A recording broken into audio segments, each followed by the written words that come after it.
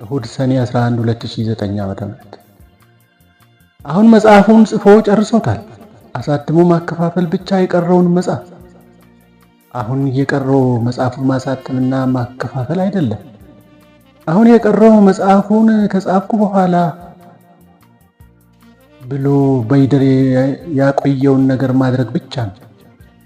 ያን እሁድ በጠዋት ተነስቶ 1 ዓመት ሙሉ ሲጽፎ የነበረውን መጽሐፍ ፓስወርድ አጥፍቶ አሳትሙኝ እንዲል ዴስክቶፑ ላይ ደጋግሞ ኮፒ አደረገው።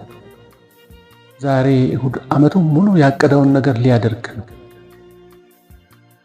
እሁድ ሐምሌ 24 2008 ዓ.ም።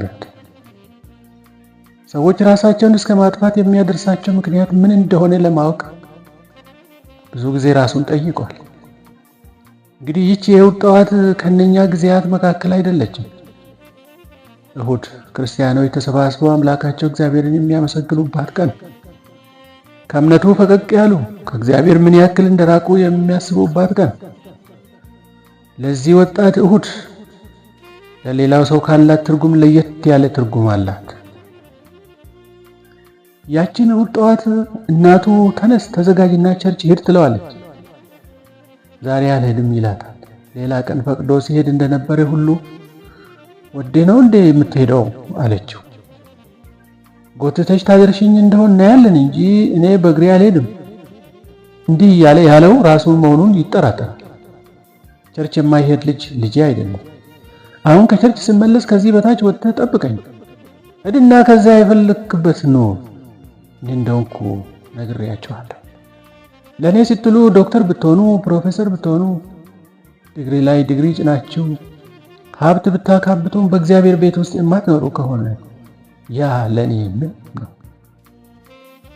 በልጇ የተማረረች እናት እንግዲህ ቸርች ከመሄድ ይህን ቤት ለቅቄ ብሄድ ይሻለኛል። የወሰነ ልጅ የምትይዝ የሚጨብጠው ግራ የገባት እናትና የሚይዝ የሚጨብጠው የሌለው ልጅ አብረኸኝ ትሄዳታለህ። ሞት እንደሆነ እናያለን። ልብስህን ቀይረህ ቶሎ ና።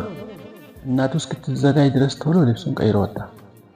ሄጃለሁ አላትና ወደ ጓሮ ተመልሶ የሄደ አስመስሎ እናቱ ስትወጣ እሱ ተመልሶ ቤቱን በያዘው የራሱ ቁልፍ ከፍቶ ገባ።